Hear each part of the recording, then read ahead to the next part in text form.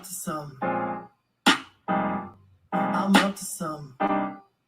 I'm up to some. I'm up to some. Up and to go, glad that you know. I'm up to some. Heaven just gave me the green light to go. I'm up to some. Cause I knew that you been down. I'm up to some. It's always you and your friends round. I see you got the new kin style, pretty in style. Been thinking though, they heard my name now, they don't think I know. Your girl in the back with cloud shape. I get for the love, keep it on. See, that's a great distraction, but you know I'm on a mission. Y'all got 3 months to get practice, almost like I'm chasing chicken, cuz I'm up to something. I'm up to something. I'm up to something. I'm up to something.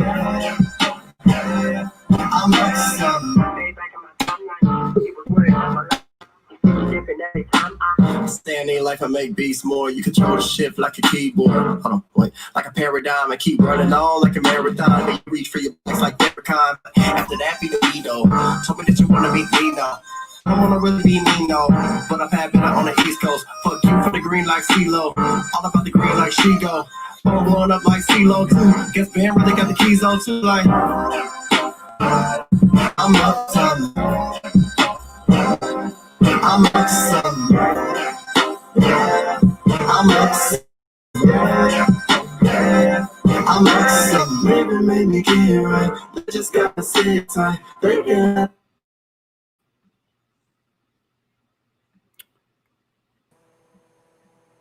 I'm trying to get smooth at this. I promise. I promise. What's up, Mr. Watson?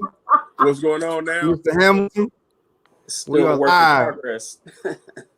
I'm trying. We trying. Morgan, what's up? Hey, everybody. Thanks for tapping in tonight. We've got a great lineup per usual. Am I right, guys? It's Wednesday night where you're gonna be with Porterhouse KC every single Wednesday, talking about the issues that really matter to our communities. Tonight, we have got Mr. Wesley Hamilton, who America fell in love with a year ago. From Disabled But Not Really, a fellow Mecha Challenge coach that I have lost to on many occasions, by the way. And Mr. Michael Watson from Mentality. Also, as you could tell by the video, Kansas City's boy, right? Leading scorer, UMKC. Everybody knows this guy. I want to start off with Porterhouse KC pulls down the best guests.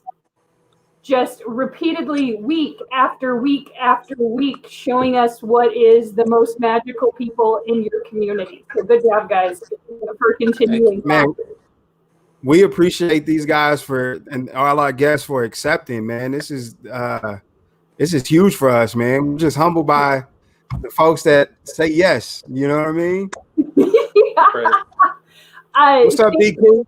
Thanks for letting the library hang out again. Hey, Duran Cooper. Duran Cooper, I have got a sparkly pink tuxedo jacket headed your way, so get ready for that. You'll hear more about that later. And tonight we're going to mix it up a little bit. We've got a new part to the series called Flowers, but before we get to that, we're going to do some introductions. So we're going to round robin around this table. Who are you? What's your organization? What are you about? So let's kick it off with Wesley Hamilton. All right, cool. Yeah. So Wesley Hamilton, my organization is the Disabled But Not Really Foundation here in Kansas City, Missouri. Our focus is actually just to really create diverse and inclusive communities, focusing on the disabled as well as Black community in Kansas City, and just trying to make an impact that way. On the other note, I am a public speaker, adaptive athlete, and just influencer here in Kansas City, which born and raised. So, a little quick brief bio. Hopefully everybody knows who I am. If you don't, look, man, you're gonna get some good gems tonight. So that should speak on who I am, period. If they didn't know who Wesley was, if they don't know who Wesley was, they living under a rock. That's what's going on right there. All right, Michael Watson, who are you? What's your foundation, and what are you about? Well, first of all, I just on here because of Wesley Hamilton. I knew he was going to be on here, so I said I got to get in on this because that's the man right there. So what's up, my brother? Man, I appreciate my guys having me on, Dan and Sharon. We go back, man, 25 plus years now with these two guys, my two debonair brothers of Cap, Fanu Pi, my nukes right there. So I appreciate the opportunity to get on and just be with you all, man. Just quick, I'm the executive director of the Raytown Emergency Assistance Program, or REAP. In Raytown, we help people with utility assistance, rental assistance, and food pantry assistance. I'm also the founder and president of Mentality by Michael Watson, which is a nonprofit youth sports organization. Currently, we have basketball and volleyball. So we service about 100 kids, boys and girls between the ages of 7 and 18 through youth sports. We have like 9 basketball teams, 3 volleyball teams. And so just staying busy. So I just appreciate the opportunity to be on with the Porterhouse. I love what you guys are doing. I catch the shows after they've been taped. So I appreciate just being able to be asked. I lost my voice because we back to basketball. I've been yelling all weekend. You know how it is, coaching. You know, you got to yell at them every now and then. That's right. Dope. All right, yeah. Sharon, give it to us. I'm Sharon Thompson, the other co-founder of Porterhouse KC, and I knew Mike for years, actually almost since middle school of Lincoln College Prep, and I graduated 2000. And I have a fond memory of Mike when he played against us. We was on the bench. But it was bad, but I already know. Yeah. All right, Dan, go ahead. Yep, Dan Smith, Porterhouse KC, representing who. So yeah, we are here. We've done these conversations for roughly maybe 9 weeks now, 9 or 10 weeks now. So I feel like we some more than that. Is it more than 10 weeks? Oh man, I'm way off. But we started these to stay present. We wanted to, first of all, keep our organization forward in these times, and wanted to bring conversation to folks, and we wanted to introduce the world to some people. We wanted to have some really dope dialogue. We want to talk about entrepreneurship, obviously, but we also want to talk about just what's going on in the world. We want folks to tap in, and while I say that, the folks that are actually viewing right now, if you can comment, just say hi or something so we can shout you out. We got Duran, we got Deanna tapped in, so we appreciate that. Throughout the whole show, just tap in with us. Questions, comments, whatever. Sorry, Morgan, I know you were going to say all that, but I had to. No, I forgot to say all of that. It's all right. First time hosting the Porterhouse KC tonight. Normally, I'm a co-pilot over here with Sharon. So one thing we find that is critical to Porterhouse KC on Wednesday nights are shout-outs. Who in your community is doing awesome stuff? Who's not getting the recognition that they deserve? I love shouting out Sharon because he does a job that makes sure I have goods in the store to buy when I want to buy them. And he works really hard, and it's hot outside. So, guys, what do you have? Wesley, we'll go first to you again. Who's your shout-outs this week? Oh, man, that's good. Oh, this week. Huh. If I tell y'all I haven't been in a loop, y'all wouldn't even believe me. We put Wes on the spot. We put him on the spot. You know what? No. You know, I just had a great meeting yesterday with Daniel Edwards, and I know everybody knows Daniel, and I would like to just kind of shout him out, because sometimes from time to time they've made noise, but lately it's kind of been quiet. And just to acknowledge that they're still, focused on the community and really making tremendous efforts into rebuilding and really pushing out their projects. Just wanted to acknowledge them with the neighborhood initiative and what they're trying to do for the east side of Kansas City. See, I had one. It just had to come to mind, but honestly, shout out to everybody in KC. We really took this movement and really went forward with it. I think everybody's used their voice, started speaking up, really raising awareness. And so really, I think that everybody that is using their ability to create change, that's my shout out. It's just Kansas City itself. That's dope. Dope. Hey, that was a really good shout out too. That Daniel Edwards and Miss Edwards, they're doing their thing over there. So that's a good one, Ebony. Mm-hmm. All right, Coach Watson, what you got for your shout outs this week?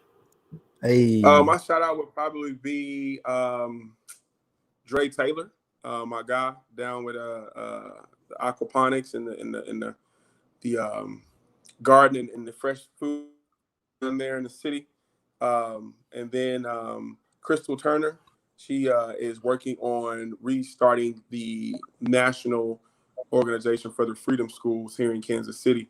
And so I had a few meetings with her and excited about what she's doing. And we haven't had Freedom Schools here for a couple of years in Kansas City. I know a lot of us know the history of that in the summers and what it means for our children. And so I'm just excited to see her doing that, and then to have her kind of spearheading that operation. Then the last one is Naila Bullock. She is the new director of the Mentality Volleyball Club, and she's the head coach at Raytown High School. So former Central High School and Park University player. Now she's heading up there for us. So I'm excited to have her. Dope. Awesome. Okay, we've come to that classic moment for us on Wednesdays where Sharon has got a list of 25 people. Dan, you need to go first to make sure he doesn't take your shout outs. Hey, it's going to happen. Yeah. I'm going to go ahead. I'd like to give I'll take it. I'd like to give a shout out to my family: Lauren Thompson, Nia Richardson, Brandon Ellington, Shakia, Naja, my cousin, was her birthday this week. Busy Ben with 816 Day. Got the shirt. 816 Day. Joey Thomas. I'd like to give a shout out to Earl Watson. He's doing some big stuff over on the Kansas side. I see him. Kansas City Chiefs. I see the signage, the big signs, So hopefully another Super Bowl. The teachers, the librarians, and I'd like to give a shout out to the tutors. Did I take them all? Majority of them, Dan? No, I'm good. I'm still my list is holding strong. I'm good. All right. Not too bad. Can I go next, Morgan, or you got it? What you think? No, it's all yours. So I want to shout out my wife. I often forget to shout my wife, she's holding everything down. So I want to shout out my wife. I want to shout out Sharon and Morgan for holding it down last week. As a lot of people know, my grandfather passed away. So I was dealing with a lot last week. 2020 has been crazy. So I just appreciate them too for holding it down. I mean, not that we would have thought any different or like you guys wouldn't have stepped up, but I still appreciate it. Joey, I think, Sharon did say Joey. Quan and Chris Jones for winning Digital Sandbox. They both, fraternity brothers, they won Digital Sandbox. And so that is really cool, really dope. Shout out to the Kaufman Foundation, and I'm going to talk about that here in a second. Shout out to Chess Inc. And then also I want to shout out the students in our first Porterhouse KC cohort. We started a few weeks ago, and we're holding strong. These guys are amazing, and I'm excited to see what comes from that and what we push forward with them. Kaufman Foundation. If you don't know, and as of this morning, I could share this information. We actually received the Heartland Challenge grant. The Porterhouse KC has won another grant from the Kaufman Foundation, and we are truly appreciative the work that they're doing, and I know that they see the work that we're doing, and so we're really excited to continue our mission, to push forward, and these opportunities allow us to do that. So I want to shout out Kaufman Foundation for staying forward with us.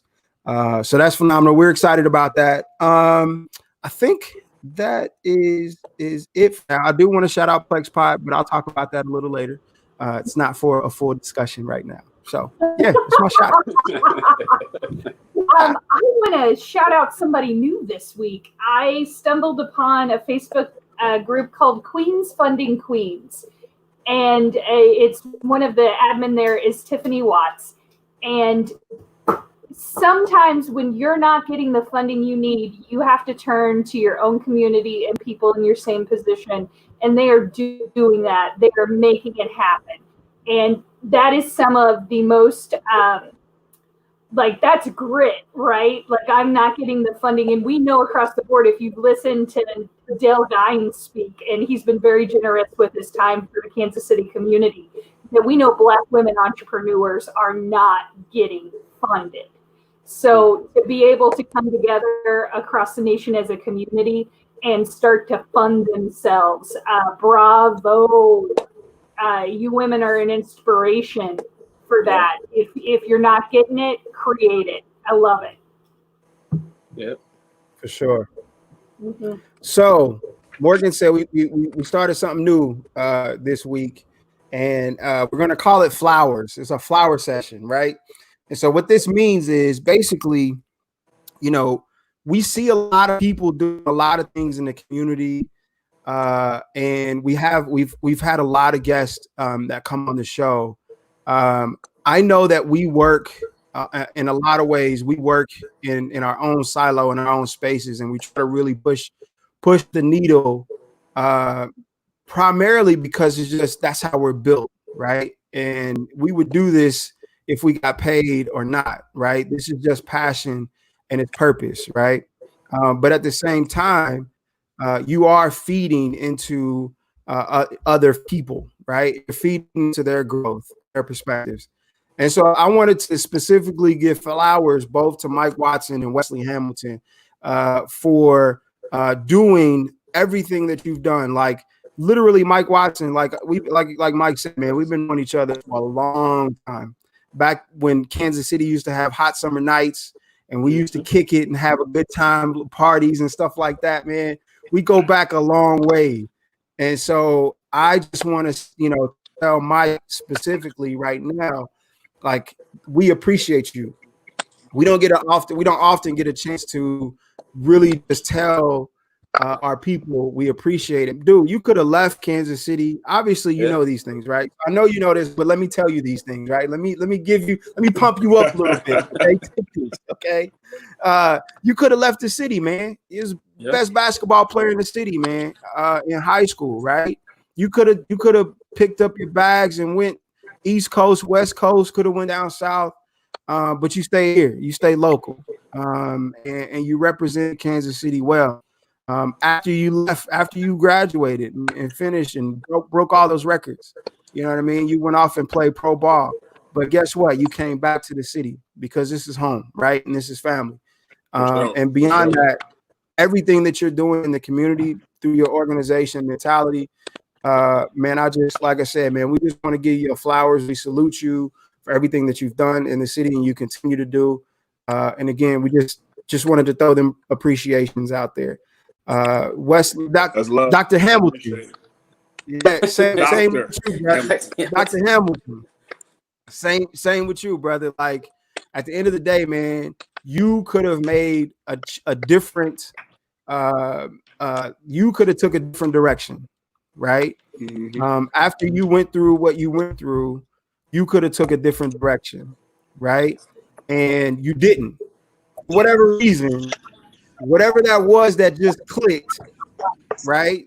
I mean, I say it's God, but for whatever reason that you clicked, you could have went in a different direction, brother, and you didn't.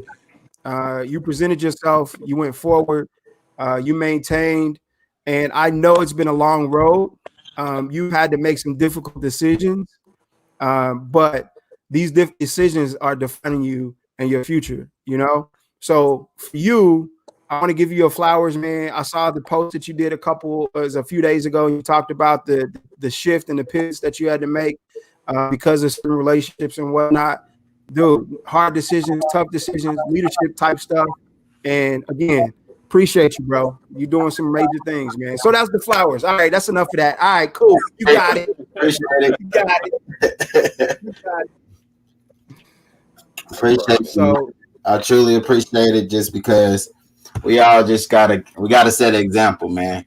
You know, at the end of the day, we gotta take risk. We gotta follow our heart. We gotta know what's right, and you know, integrity matters, and in all of this. And so I think, for me, I just wanted to make sure that I withhold that and make sure that I can be proud of the person I am every day. So yeah, and that's kind of the grind that I have every day of doing what I do. I'm proud being me, you know, and I allow other people to be proud of doing the same thing. So appreciate y'all. Appreciate this platform. Let's get it, man. No problem. So I'm gonna start off the questions tonight. What were you all working on prior to COVID-19, and how did you pivot when COVID-19 hit? I'm gonna start off with Mike.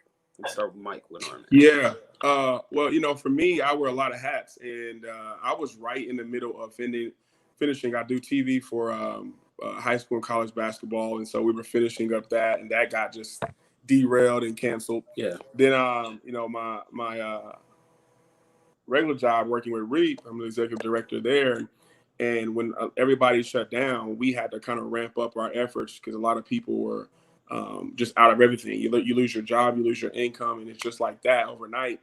Most people live paycheck to paycheck, and so I had gotten busy just writing a lot of grants, reaching out to a lot of my friends to get the resources in, and so many days it was just me and just me handing out lunches to 250 people and kids and stuff like that. And so we got busier. Then with basketball, that's the start of our spring season right there in March for our youth teams, and that's we run 6 months heavy from March through August. And that just got shut down. So we had to kind of pivot and really reassess what we were doing a lot of stuff online to keep the kids active, keep them engaged. And then just on the home front with the job, just making sure we kind of changed on the fly a lot of the things that we would normally do. So we started giving out groceries every Friday. And we would see 250, 300 people there every Friday giving groceries out and meat and milk and those type of things, man, because it was just so important. You know, my livelihood wasn't affected at all. And so I've been blessed in that respect that I don't have to worry about that. But a lot of people who and you see and are just affected and impacted by it. So it was a time that I got a chance to see people, the hearts of Kansas City, come together, hearts in the community, and the people who really don't just talk about it, they live it in their actions. And so that's how it affected us and made us pivot, kind of what I was doing. Now we're revving back up, hopefully. So, we'll see how that goes. Right on. And for Wesley, same question. What were you working on prior to COVID-19, and how did you pivot to COVID-19 when it hit? Oh man, yeah, good question. Just like everybody else, like Mike said, everybody just got hit with something. For me, life was just going really, really fast. I mean, I found myself traveling, going out of town every week. It was more overwhelming. So when COVID hit, it really gave me time to actually, focus on really like my vision, get back into what I wanted to do. Cause I think I was actually about to go a different path. And it probably wasn't something that I was trying to, it was just something that I was being pushed into. And like I said, it just was busy from speaking to, TV opportunities to, just even the organization itself and the programming that we were doing. So when COVID hit, of course, our programming has stopped.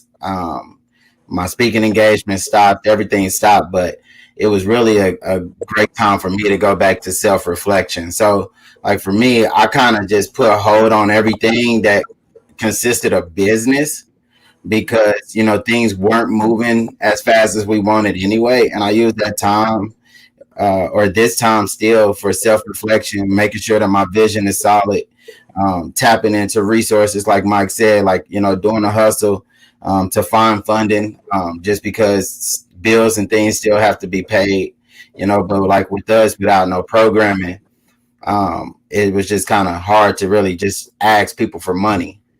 So the initiative I took is just collaborate with KC Parks and Rec. So I don't know if you guys have checked, but I do a Facebook Live with them every Tuesday at 9 a.m. And we just go around parks on the east side of the city, and really go check out the accessibility in these parks, but also encourage people like, you know, those that are on this call to go out and utilize them, because with COVID, because outdoors is, you know, a lot safer.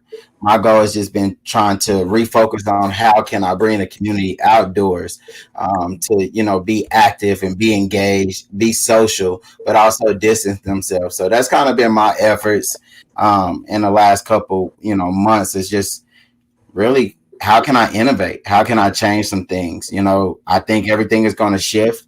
You know, it's going to be hard going into buildings. I mean, we're wearing masks every time we go out now. So it's just kind of like, for me, I'm just using this time to really uh, be more innovative than ever. You know, how can I take everything that I've envisioned and create something that would never put me in a position where I have to have my back against the wall because of some pandemic. Right on, right on. Oh, All right. hey, really quick, Sharon, before you go to your next question, I just want to shout out some folks. We got Kevin tapping in. We got D Coop. We got Linda. We got Daniel Holiday that's tapped in. Mark Irvin, what's up? Aisha, Tammy, Murray, Mary Shannon, Miss Hampton. I just wanted to shout everybody out that has left some comments. We appreciate you guys tapping in with us. If you're here, if you're new, if you didn't comment, go ahead and throw something in there. Just do a wave or something. Go ahead, Sharon. My bad. You can ask questions too. If you That's want. it. All right. So if you all could change one thing in the Black community, what would it be and why? It's kind of a tough question, but for Mike, It's loaded. One thing, and when I saw that question when you sent it out, man, I was thinking about it, and I was trying to think of it. You know, I always tell the people who are kind of mentoring my young people to see the parade from the top, so that you can see the beginning, you can see the end, and I was thinking about that question in particular, and really it would be the mindsets, it would be the mentality. Shout out, shameless plug. That's the reason we're named Mentality. I believe that's the difference between good and great in people and sports and everything is your mentality, it's your mindset, is how you look at things, it's how you approach things, it's how you allow things to impact you. And I think that one of the things we've seen about Black people is how resilient we are. And I think that starts with our mindset. It starts with how we view things, how we've been impacted, you know, since our, you know, coming over the water to the Americas. And I think that one of the things that is really, when I look at it, I'm like, why do some people, quote unquote, make it out and why don't others? It's just how you choose to look at things, you know. And some people are dealt bad hands, but I think coming from where we come from, we understand that, and we figured out how to make the best of it. So if I could change one thing, that I think that would subsequently impact everything else, it would definitely be the mindsets of how we see ourselves, how we view ourselves, how we view others, how we value ourselves and how we value others around us. You know, if we could, I was watching the news, because when you get old, you watch the news every day.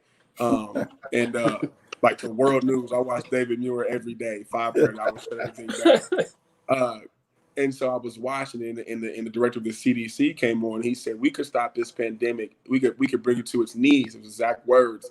If we all wore masks for a few weeks, you know, a few weeks. And I was like, man, like it just take that much for that to slow this pandemic down. And for some reason, we're resistant to that.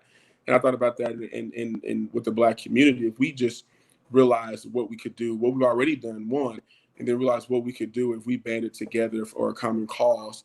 You see that kind of right now with the Black Lives Matters movement and so many things that are being done for police reform. But if we just had that mindset to be on one accord, man, I think we'd be super impactful. Right on. Really quick, so I got this HBCU walking billboard. Chanel Smith, shirt. shout out. Chanel, shout out to Chanel Smith, absolutely. And I thought about it. I thought about it when you were talking about changing that mentality. You know, you got a lot of top tier basketball talent, high school guys committing to HBCUs, and we talking about changing your mentality and the mind frame. I just thought that kind of lends to that conversation as well, or that comment as well. That's the dope. impact that those guys can have by making a decision to go to a historically Black college or university. And it's not shunning those top tier bluegrass type of programs. No. It's saying, hey, these other programs can do the same exact things, but they've taken the talent from the African American community and take it to those bluegrass programs, because we've been sold that notion for so long. And I was one of them 20 plus years ago, that you got to go to these big schools to be noticed in XYZ. I didn't even look at HBCU. I had so many letters from them and didn't even consider them, because I'm like, what's HBCU? You know, and as you get older, you get wiser. But now you see these kids are younger, they're more knowledgeable, they're more informed. You know, and so they're changing the course literally of their futures and the people who will come after them. So I think it's dope. That's dope. No. Yeah, most definitely dope. And for you, the same question there, Wesley. If you could change one thing in the Black community, what would it be and why?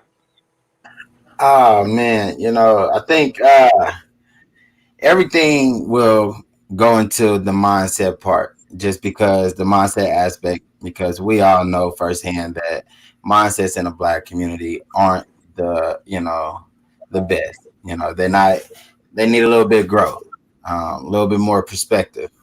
And so like for me, I it's a lot that we could change, you know, when it comes to the mindset. But if it was one thing, I would want to make our communities really just put the efforts that I'm doing now, making our communities more active and healthy.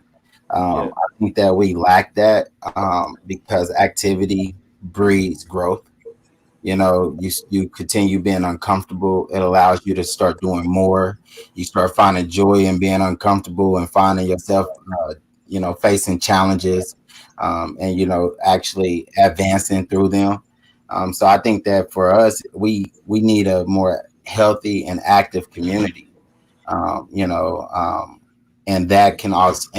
that can breed into more of a better mindset, as Mike said, because yeah. You know how it is, man. You eat good, you feel good. You work out, you active, you walk, whatever it is, you feel good. You become social, you start conversating with people. I think our community, we have to go back into the grassroots. We have to go back into how do we make people feel good from the inside out. Like we can really dress our hood up as pretty as we want, but if we not attacking those mindsets, if we not healing those bodies, if we not really teaching people from the inside out how to fall in love with themselves, by feeling good about themselves, we're not healing our communities right. And so like that for me would be my initiative, is to, if I could change one thing, it would be to heal our community in a healthier manner. That's dope. That's dope. I Yeah. love it. When you work out, you get more energy, and the better you eat, you have more energy. So good one. Good one. So I got one more question. What in the past has had the most impact on your work today? Starting with Mike. I think most impact. I think for me personally, and I'm gonna share something personal. For me, it was not having a father growing up. I think that's impacted my work. It's impacted my drive, even as a middle school, from as back as 13, 14 years old, like wanting to prove something to an absent parent drove me. And as I grew up, that fire, that passion to live my dream, it changed to that. Like now I want to live out my dream, which required a lot of discipline. So I think being able to do that has impacted my work, because that's how I teach our kids. It's how I teach my young people. I mean, even the young, when I say young people, I mean in 25, 26 young people. And so I'm saying, like, teaching them to understand the importance of being disciplined, the importance of being dedicated, the importance of being on time, those little nuances that you don't have when you don't have a father in the home, that you don't necessarily know. Your mother is working and doing things to pay the bills and make sure you're fed and taken care of. It's something that you miss when you have that father, especially as a young Black man, that you don't learn. I mean, some things that as I learned literally sitting in a barbershop listening to other Black men, that I didn't know because I didn't have someone to teach me those things. So being intentional, you know what I mean? I think that started just from not having that father, having to learn those things on the go.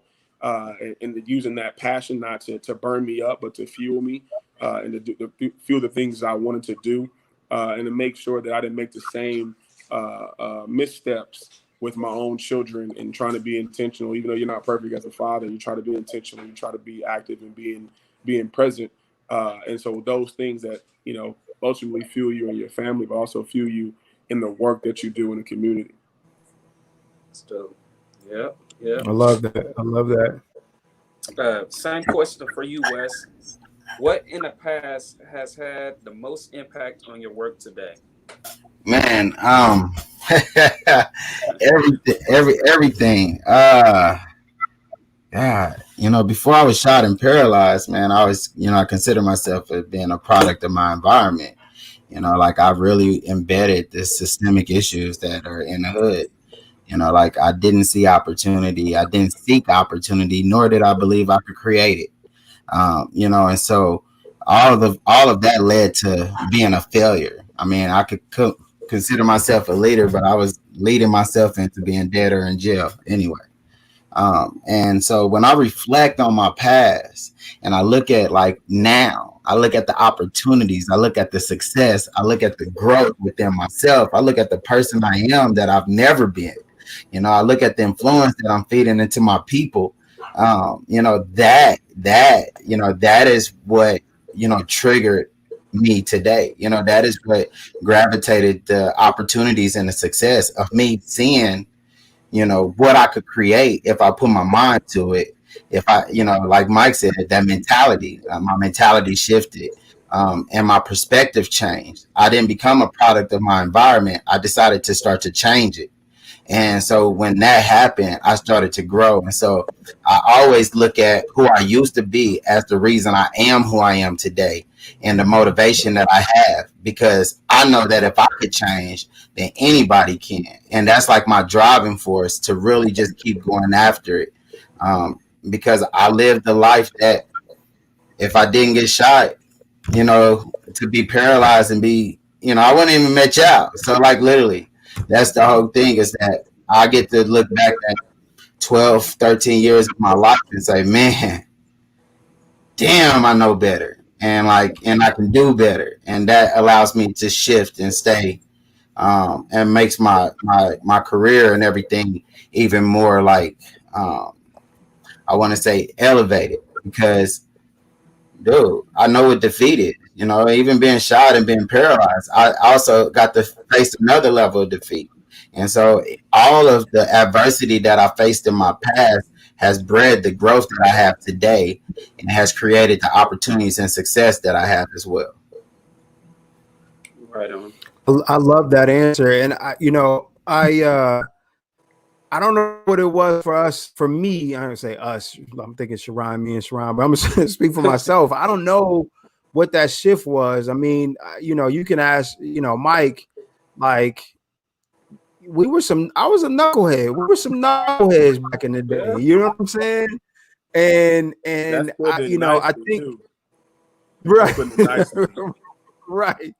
So I don't know what that click was, but like you said, Wes, when you talked about being a product of our environments, like we were definitely products of our environment too, right? And the people that know us now and the conversations that we have now are polar opposite from the experiences that we had growing up. You know what I mean? Like we're in a different world, but we can understand what that is and what that looks like, and I think that helps us connect with like folks that come from the same circumstances and situations that we come from, because we, like you said, Wes, can provide people a glimmer of hope, right? To say, hey, I was a knucklehead too. I know you might not believe it, right? Just because of where we at now, what we're doing now, you might not believe it, but I'm telling you, we were in the same position that a lot of these people are in. So I can appreciate that for sure. Yeah, and for me, I really didn't have a dad figure either, so that impacted my life too. Actually, I looked up to a lot of men at barbershops, like Mike said, YMCA, Myron Fry. Big ups to Myron Fry. You know, he taught me a lot. And guys in these positions, you know, they don't realize that they are mentors for these kids. Like Mike, you mentor, they look for you for answers. Wes, they look at you for answers. You know, people look at us men in general for answers. Like I did not know how to change tires and all that stuff. I was self-taught basically being raised. Like Mike was probably self-taught too, Dan too. But that's just how we was raised, and we just now, you know, get changing the narrative to be better men and teach our kids and be with our kids more. So, yep, that's how it impacted my life too. Sorry, Morgan. It kind of, you know, we start getting on this man talk. You know, this. Nah, I'm just playing. I'm just kidding. Morgan got a story. Morgan's story too. So you know, right. I'll listen to your man talk. I think that's part of our problem, right? Is that we need to have an understanding of each other's worlds. And that means I need to know about you. I need to listen to your stories. We've talked about narrative weeks and weeks and weeks on end, in different ways we can get involved in that, in different ways we can access that. And the narrative of the modern male is dramatically different. Like I remember being 22 years old and looking around me and being like, oh, we're going to have to make better men because this isn't going to cut it. And now I know these fantastic men, and I'm so happy to get to interact with men who, you know, I grew up Southern Baptist. I grew up in a revival tent. And if you ever had a question about why I'm the way I am, that's why. And they used to say you can't be a successful tent preacher if you hadn't just seen the darkness. You had to have touched the darkness of life, or you wouldn't be able to help people out of theirs. And Wesley, what you said really rang true with me with that in mind. Like, you are so much better at understanding people if you have had a struggle that you can use to relate with, right? Like, to know, like, the grit that it takes to pick yourself up and not just move on, to pick yourself up and go, ooh, maybe I was wrong. Well, you know, Morgan, when you think about what our communities need, they need representation. They need somebody that actually are living the life that they're living today to say, look, or live the life that they're living, and can tell them that they can change because you are that example. And most of our leaders are dead or in jail, you know, and so, or, you know, or dealing with some other type of systemic issues that they never was able to grow from. And so when you have someone like me, like, and Mike and Dan, you know, we all have this obligation to really go back into our community because we know what we didn't have. Like Mike said, you know, he's probably one of the best fathers that I know, you know, because he didn't have one, you know, and like what he was going through, you know, and things, and like how he was able to explain. So it's just, all of us have had some type of experience where it allows us to, when we get older, it's probably a dream of ours. Like, you know, I didn't have my dad when I was younger. I used to always say, like, man, I'm gonna be the best father I could be, you know, and that was it. So, you know, I got sole custody of my daughter, like, and so I kind of draw to still be that father that I didn't have. I'm gonna be there with you every day, whether you like it or not, type of thing. And so I think that we are just trying to be that example of the youth, that because we were the youth that didn't have that example. Let me put it like that. And with the tools and social media and the resources that we have, we now have that opportunity, and we don't have to make an excuse of how can we reach them when they are all literally watching us every day. Yeah. I love it. It's dope. Yeah. Morgan, what you think? I love it. You know, we've had a couple of I love this comments, and I'm right there with you. We need more Black stories. Yeah. We need more storytelling, because and another theme that we've come back to repeatedly is, if you can see it, you can beat it. And 100%. finding men that are comfortable enough with themselves to be vulnerable like that. You guys are an absolute inspiration to everyone. Thank you for hanging in, and then thank you for making the decision to share your lives with people. There is so much power in that, and just man, my hat goes off. My heart is yours. Thank you for letting me sit on this panel with you, and thank you for sharing tonight. I do have a couple of questions for you, and Wesley, you're up first. What does it mean for you to be disabled, Black, and a business owner? How do you manage all of that together and do it so gracefully? I think growing up as a Black man and knowing that the world wasn't made for you was a reality for me when I became disabled.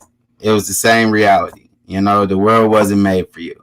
But you find a way to maneuver through it, and you find a way to, you know, kind of take in that adversity and develop something different from it. Like for me, I think I changed in many ways. And so when I get to, you know, go through life, Black, disabled, as an entrepreneur, I know there are many roadblocks that I'm facing. But I think that once I get past one of those roadblocks, it's like I just opened up a door, and I have to go and keep opening up other doors. And I would say, like, the beauty of like my story is that I represent two communities, and you know, and I'm geared to empowering both as well as all, right? But I'm very invested in the two that I represent, and so I see all the discrimination and backlash on both communities that I represent. So to answer your question, it's just I'm just motivated by the adversity that I already know I'm gonna face, and just having that awareness of it allows me to get out and, you know, control my day the way I want to take control of it and make the impact that I want to create. But it just came from realization that I'm Black and disabled, and that, you know, there's going to be some things that I'm gonna face, but I know how to react to them. I know how to react different, you know, with the mindset that I have today. So you would never see me, you know, you would never see my energy shift. All you would see is myself elevate, right? Like I would grow from that situation, but I would never allow someone to see my energy shift, because I would never allow someone or their views of me to control or defeat me anymore. So that's kind of like my motivation every day, is just to be aware. I look in the mirror and I'm okay with who I am. And so when I go out into the world and realize that maybe some people aren't, you know, that's rather I go to a networking meeting and, you know, they got stares, right? Like dang, they didn't even think about me. Or I go, you know, I go somewhere and they're judging me because I'm Black. Like at the end of the day, as long as I'm proud of the person I saw before I left the house, I care less where I'm accepted, because I'm accepted within myself. And so I see that as being my leverage and that energy that I continually project to everybody around me. Like I just know that, you know, it's life. And so it's up to us to be the change we wish to see. So adversity doesn't matter to me when I know I have the power to change it. I want to point something out too. What Wes just said. I can only imagine, because well, I'm gonna speak for myself, but I think this is true for Wesley as well. I was so uncomfortable putting myself in spaces with a lot of people, with basically no one else that looked like me in those spaces, right? And with the intention of growth, right? With the intention of trying to figure it out. And Wesley, like he said, he has two areas that he's really advocating for, right? So I can imagine with the Disabled But Not Really Foundation, he went into these spaces with the understanding that he has to be uncomfortable. He has to put himself in a space where he's uncomfortable to be able to grow his mission and his organization. And so I want to say hats off to you for, again, that mindset shift, you know, from going from what it was in the street to trying to figure out and advocate for what is now your new reality at that point, what your new reality was. I mean, that's just a huge thing. And I think everybody probably on this panel has probably experienced something like that, where you get into a space where you're really uncomfortable, but for the sake of growing your mission and your purpose, you live in that uncomfortableness and you live in that fear, to grow through the fear and grow through that uncomfortableness. So I just wanted to make that point. Morgan. Morgan. Sorry, I was so hooked on what you were saying, I forgot where my mute button was. Michael, the next one is definitely for you. So anyone who's ever heard the case for funding sports in high school knows the rundown of what these kids get by being involved in sports.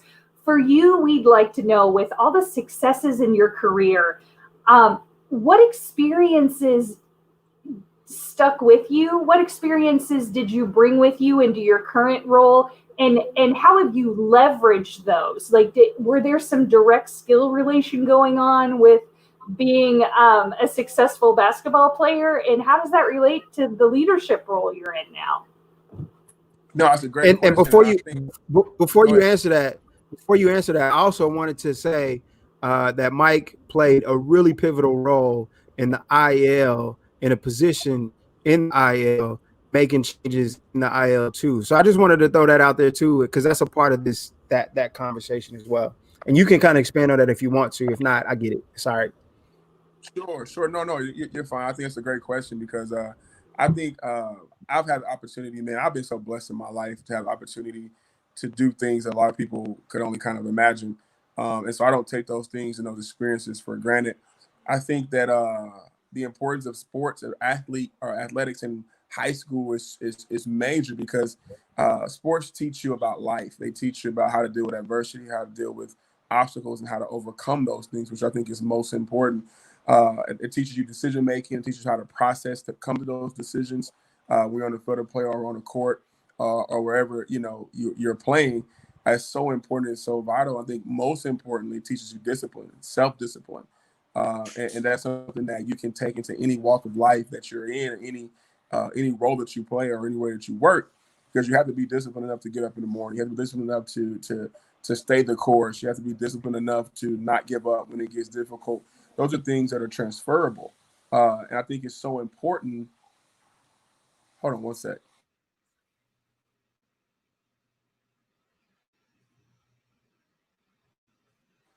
I'm sorry. I couldn't. Yeah, my fault. But I think it's so you're good. You're good.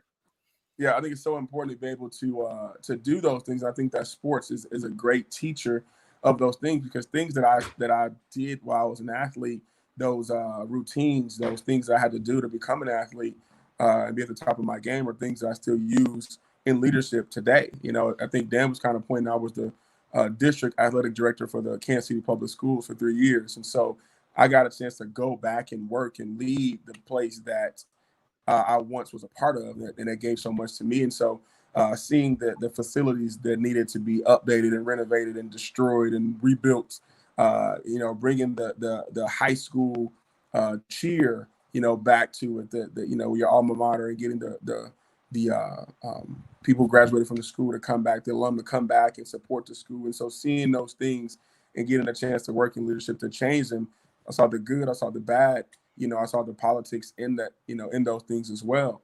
But just what it taught you as an athlete and what it can do for you, I encourage the kids to play multiple sports.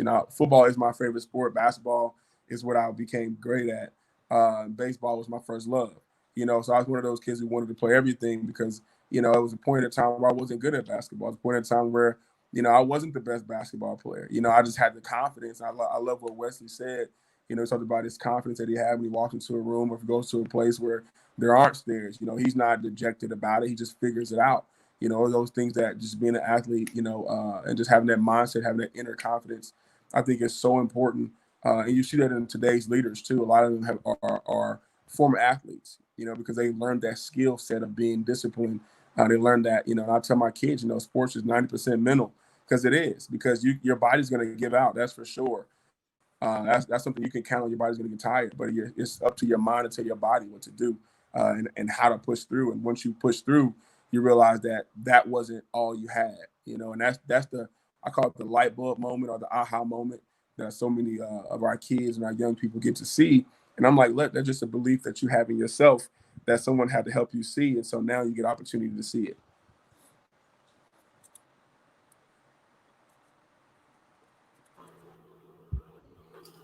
That was a great answer. You know how you have those awkward pauses, right? Because everybody's looking at each other. You guys know else? Is that it? Yeah. Good? Well, my stuff is on mute, and I'm up here trying. That was one of those moments. You're like, all right, so okay, all right.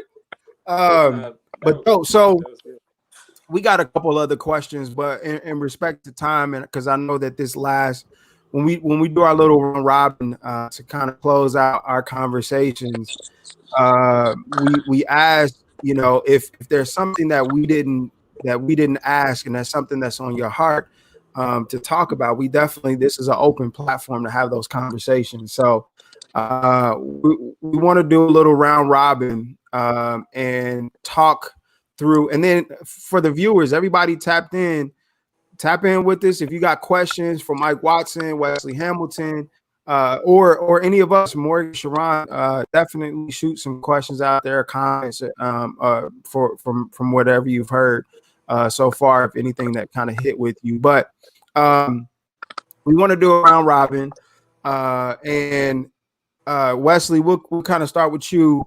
What are we looking forward to post COVID?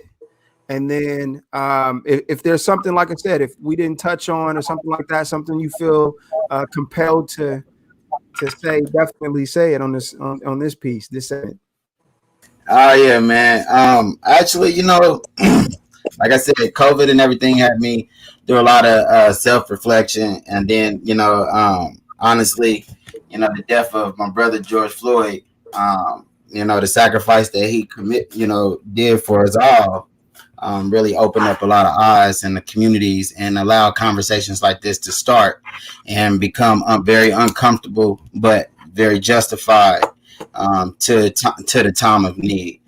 So really, I'm just excited that, one, we did break our partnerships due to the lack of response to the current situations. And we picked up some great opportunity and some great partnerships from that. And so, I'm just excited about what we're going to be able to do with our focus really being on the inner city here in Kansas City, really focusing on not only just inner city youth, but inner city disabled youth as well. Those communities lack a lot of resources. And you really rarely hear about that part when it comes to disabled rights and anything. And so, I really want to start to bring that up to the table as we talk about the Black Lives Matter movement, and really just start to bring that uncomfortable conversation about Black disabled lives and what does that play, and how does those two stigmas play a major part in the systemic issues that we all face as well. So again, my organization is geared to really just focusing on the inner city and really just aligning well with the community leaders and creating an impact where it needs it the most and allowing that to be spread out to communities everywhere. But just to not go around the bush, I highly just encourage anybody watching this, to really go after your dreams, seek your, create your opportunities, but really be true to yourself. Don't ever feel like you can't be yourself or use your voice due to whatever you feel like you're tied into, because you break those ties and what comes after, you won't even be tied down, because the next people will respect you for you, and your values and your integrity. So focus on your integrity. Always be a leader in your community or wherever you represent, and then be willing to spread information to those that are wanting to understand. This is just a time when we cannot be mad at people that don't know. It's difficult all the way around. Some of the history that we're talking about now, some of the people that look like me don't even know. So we all have to be mindful about just life and the direction we're going here in 2020. But again, it's time to shift. It's time to focus on these communities that we keep hearing about. It's time to really put your efforts in to those kids and those youth that need it the most. I'm tired of it. I'm tired of seeing the violence. I'm tired of seeing it all. I live a peaceful and happy life.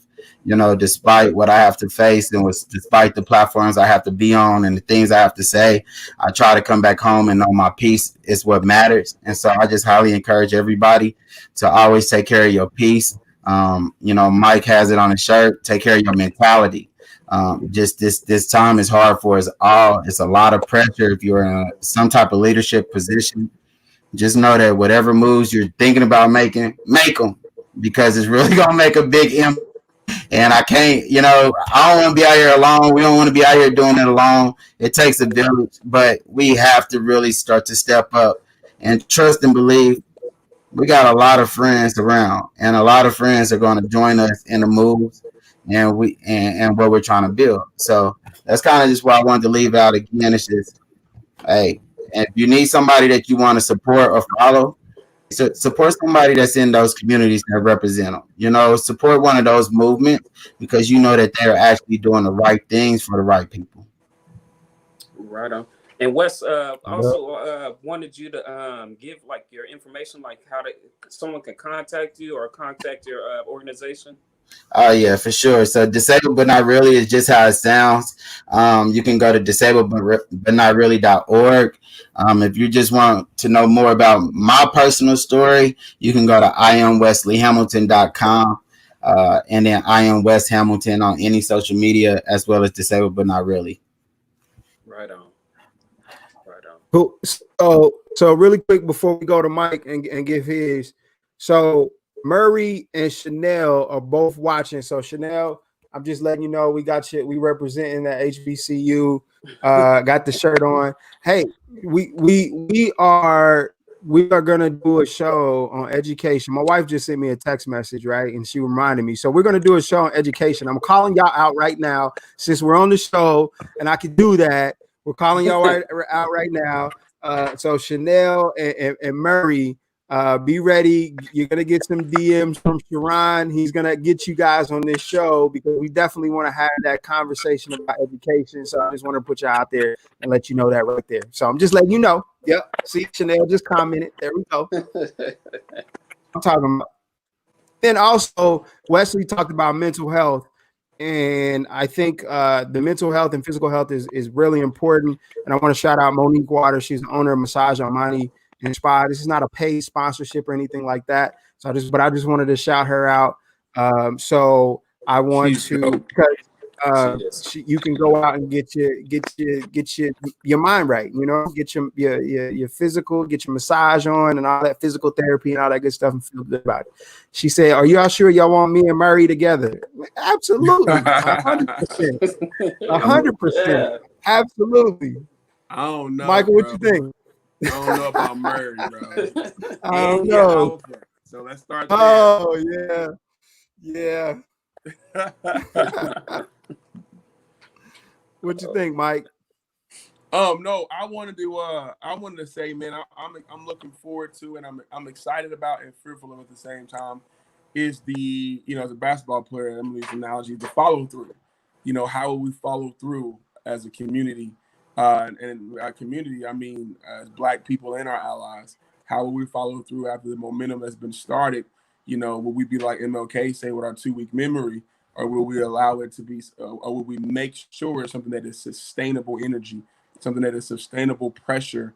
As my man Wes said, I know my guys, we excel under the pressure, and so we welcome the pressure. We like that, and I think we do better in those environments. And right now, that's that environment that has been created, not only in America, man, but all throughout the world. I mean, I've never seen, the kind of response to racial inequality and injustice that I've seen throughout the world, in Greece and Japan, like all these places, people are talking about racial inequality because it impacts you wherever you go. And so I'm looking forward to, and I'm fearful of the follow through. I want to see these conversations turn into actions. I want to see these actions turn into laws, and these laws turn into enforceable laws that will make someone think twice about discriminating, make a police officer think twice about unnecessary use of force and things like that. So I'm looking forward to that. I want to do my part, in my network to make sure that my circle moves forward constantly, and any help that I can any service that I could be and offer. I'm definitely looking forward to doing that, because we all have things going on, but I think once you get called to that leadership position, then there's going to be some sleepless nights, some restless nights, some long days, because too much is given, much is expected, and I think that we all understand that. Yep, right on. That's why we say it's all necessary. The protests are necessary. The laws that are changing are necessary. You have to put pressure on. I mean, unfortunately, sometimes people don't just see the good, see the wrong in things, right? You have to put some pressure on sometimes to help them see the wrong. So it's all necessary. So you're right, man. I appreciate that. Sharon, what you think? And Mike, how can we reach you in your organization? How can we get in contact with you? Don't call me. We're mentality.michaelwatson.com. You can reach us on our website. Our email is mentality@gmail.com, and then on social media, we're just mentality by Michael Watson on Instagram and on Facebook. I just learned how to Instagram like not too long ago. It's blowing my mind, okay? Because I still don't know what I'm doing. Actually, I've been trying to slip stuff in my story, and I end up sending myself a message. So don't be mad at me if nobody gets back to you as soon. But I got you. I got you on Instagram, bro. Any help, just reach out to me. I got you. I need it, bro, because I give you an hour and you'll be a champ, bro. You'll be a champ. There you go. There you go. I see Joey. Joey just tapped in. Joey, man, I don't know if you heard, I don't know if you were on earlier, but we were giving you some flowers earlier. So bubblegum. What's up, Joey? But I would just like to say thank you, Mike Watson and Wesley. It was. I know y'all had a busy schedule, and I came at y'all kind of last minute, but thank you so much for for joining our show. In y'all busy schedule. I know y'all hecka busy, and I just like to say thank you, and to my family, thank you. No, man. Hey, thank you guys for this platform. Thank you guys for everything that you do. Hey, Morgan, thank you for tapping in and, providing your insight as well. So trust and believe you are truly appreciated on this call. Perspectives matter. And so, so I just wanted to acknowledge that. But again, guys, this is needed. Your platform is something that you truly are allowing our voices to be heard. What's up, Joey? So I just wanted to acknowledge all you guys, because, hey, man, all we doing is just kind of clicking on and joining into a call. But y'all putting in that time, that effort to find those right people to actually, promote and put them out to the community. So, hey, man, give yourselves a pat on the back for every week that y'all do this, because it's amazing. So thank you, Wes. Appreciate you. We try to bring community the voices that need to be heard. So I know Dan's over there biting his fingers to say something. Hey, what's the porterhouse mean? It's a good question. It's a great question. Good one. So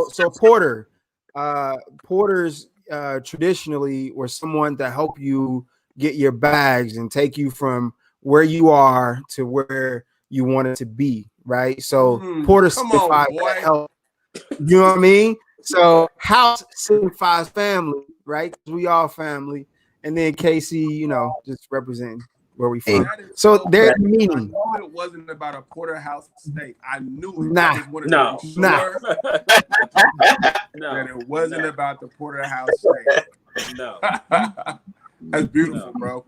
But we appreciate try to help underserved entrepreneurs in the community as much as possible with their business and resources. Morgan, what you think? Two things I want to highlight here. The first one's from Wesley, and that is there's this thread of self-confidence building throughout everything you said tonight about how you have to look within and get right within yourself before you can make things right in your community around you. And then the second thing is Mike was talking about how do we go from conversation to action? And the strength of this movement, not just here, but around the world, and what happens next. And I think that's it's a very critical question, and it's one that we need to start to have an answer for. What happens next? Where do we go? Because what we don't want is this cycle we've been on where there's a terrible tragedy and people pay attention for maybe it's 10 minutes this time instead of 5 minutes. And then it fizzles, and then another terrible tragedy, which is almost exactly the same story that happened before. And how do we do that? So I want to challenge the people that are watching with us today to think about the conversations you've heard here for week after week, and what actions you're going to take, even if that action is just getting into another conversation with someone who is not paying attention. That is also an action. And then start to, if you know who's talking about this, if you know who has the next step, bring it to this table. We want to know at this table. Because I consider this a dinner table where the conversation, the people sitting around it are the real KC. This is the table I'm sitting at right now. And we need to know, we need to think about what comes next. Where do we go? What do we do with this? So when we started talking about narratives and how there weren't Black voices telling Black stories, what are you going to do? Write some. Encourage young men not just to explore sports, but also to think about their stories and write it down. And I think that's where the Wesley and the Michael come together in this, is that when we start to write our stories, we start to know ourselves and know how we feel and think about things, and start to be able to take that next step with it and turn it into action. And so that is what I am feeling very strongly right now. So if you're here to learn about the Black community, listen to Black stories. Do some research.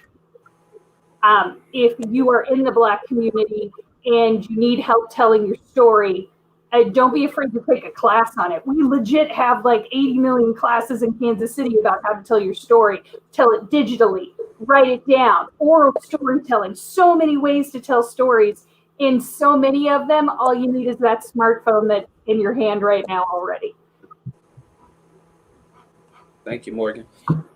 So, and along those same lines, invite people into your space and be okay being uncomfortable, because that's the only way we grow together, right? Like if I am standoffish and I'm looking at Morgan and I have issues, because I don't know where Morgan comes from. I don't know in her background. She doesn't know my background. But instead of inviting Morgan into my space to help her learn about where I come from and what we do and how we do it, I push her away. How do we grow? Like, how do you grow from there, right? So authenticity and authentically inviting people into your space and being uncomfortable with some questions. You might get some questions that Morgan literally just didn't know, or Morgan might get questions from us that we literally just didn't know, but not be offended by some of those questions. Because sometimes it's coming from a place of curiosity and love, and so we all, and I think everybody on this conversation, we're opening ourselves up to the world, and we're giving folks insight into who we are and where we come from, and hopefully this kind of translates outwards as well, and pushes that continuous conversation and openness. So live in fear. It's okay to be afraid of something, but just don't be debilitated by it. Don't stop because you're afraid of something. Fight through that. Get to that next level. Make those phone calls you need to make. Shoot those DMs. Wesley, he's got a DM. Michael's got a DM. At the end of the day, you might not have access to these people in the past, but we are giving you access to them now, and they know it and they're ready for it. Like you said, you don't want them calls, call them, hit them up. You got questions, ask, right? We got dreams. We got dream chasers out here, right? Let's get through those dreams. Let's get through those dreams. Nothing comes to nobody if you don't open your mouth. So 100%. So we appreciate you both for joining us. Morgan, we appreciate your openness to continue to join us in our debauchery and all this fun stuff that we like to do here. And so, unless there's anything else to say, I don't think there's anything else. Holla. Thank you.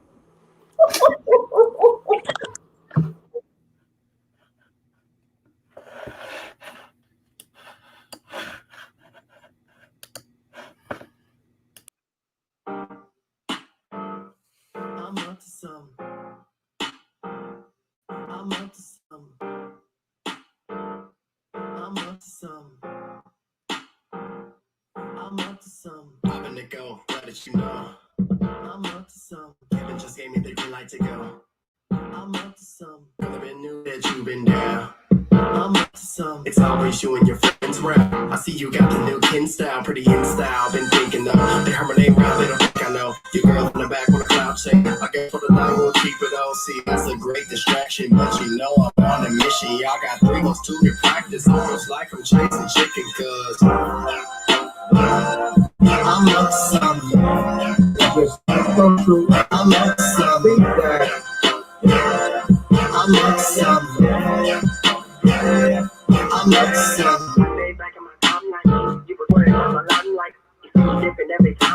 Standing life and make beats more. You control the shift like a keyboard. Hold on, wait, like a paradigm and keep running on like a marathon. Then you reach for your blacks like Farrakhan. But after that, be the weedo.